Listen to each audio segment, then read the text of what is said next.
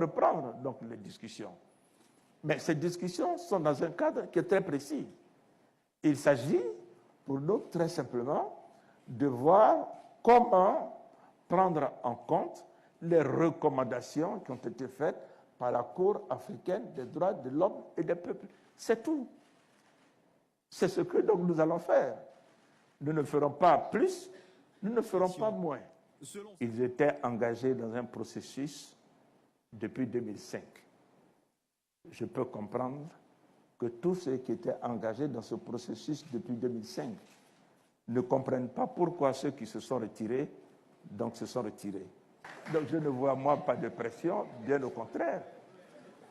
Je pense que c'est peut-être sur ceux qui ont déjà compris qu'il faut donc venir au RHDP pour renforcer donc cette formation politique, pour créer donc cette base de stabilité donc pour notre nation, pour que la Côte d'Ivoire ne vive plus jamais ce qu'elle a vécu dans le passé.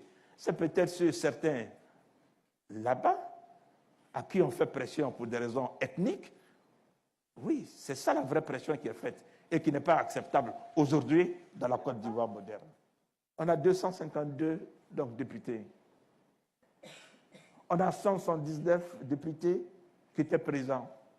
On a 153 qui ont voté de manière effective devant tout le monde dans une urne transparente pour Amadou Soumaoro. Mais où est le débat? Il y a des gens, quoi que vous fassiez, même si soyons mesurés pour n'effrayer personne.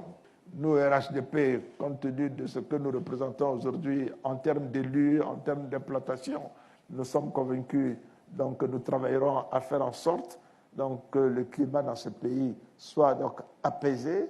C'est un engagement fort du président de la République. Donc, ne nous faisons pas peur. Ne nous faisons pas peur et ne faisons pas peur donc, aux autres pour rien. La Côte d'Ivoire a enregistré de 2012 à 2018 un taux de croissance économique annuel moyen de 8,6% contre 0,8% de 2000 à 2010. Cette dynamique impulsée par les investissements et les réformes stratégiques a permis d'améliorer significativement les indicateurs socio-économiques.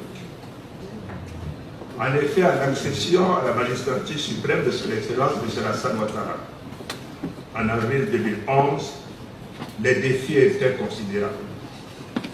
Restaurer la paix et la sécurité, renforcer la cohésion sociale et initier la réconciliation nationale, et enfin relancer urgemment notre économie.